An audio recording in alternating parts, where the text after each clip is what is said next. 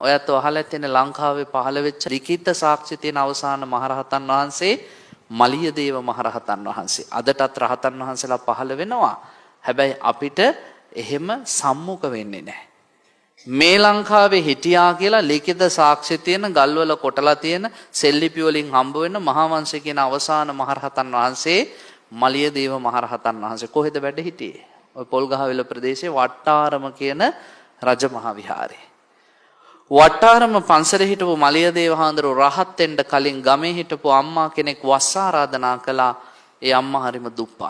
උදේටත් දානේ හදන් එනවා, දවල්ටත් දානේ හදන් එනවා, හවසටත් ගිලම්පස ටික ගේනවා. මලියදේව හාමුදුරුවෝ දානේ වළඳනවා, පන්සලට වෙලා වස් කාලේ ගත කරනවා. දවසක් අහම්බෙන් මලියදේව හාමුදුරුවෝ පිණ්ඩපාතේ වඩිනවා මේ අම්මගේ ගෙදරට.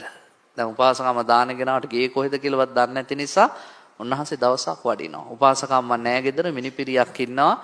අනේ හාමුදුරුවනේ අම්මා ගියා එළියට, දානේ සකස් කරලා තියෙන්නේ මම බෙදන්නම් කියනවා.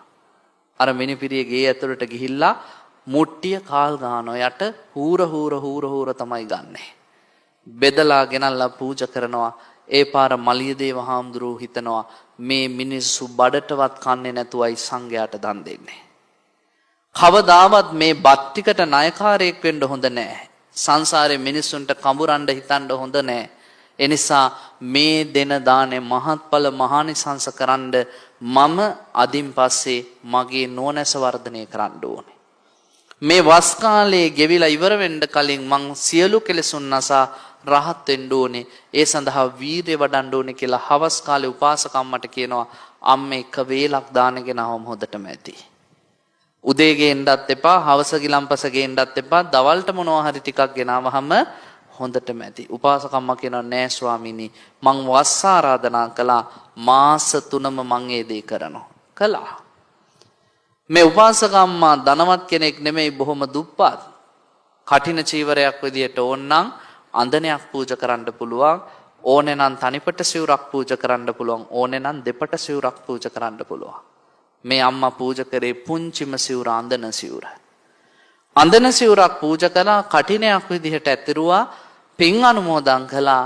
රාත්‍රී කාලේ එදත් ගිලම්පස අරගෙන ආවා. ස්වාමීනි අදින් මගේ වැඩ ඔක්කොම අවසන් කියලා.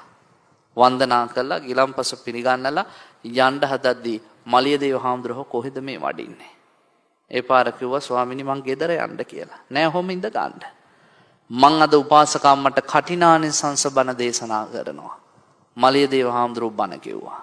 විමුතුනි මේ වෙලාව වෙනකොට මලියදේව හාමුදුරුවෝ සියලු කෙලෙසුන් නසා රහත් පදවියටපත් වෙලා ඉවරයි.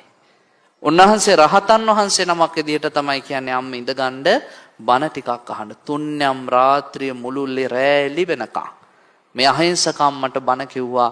උදෑසන අලුයම් කාලේ උපාසකම්මා සක්කාය දිට්ඨි විචිකිච්ඡා සීලබ්බත පරාමාස සංයෝජන 3 ප්‍රහාණය කරලා සතර අපායෙන් නිදහස් වුණා.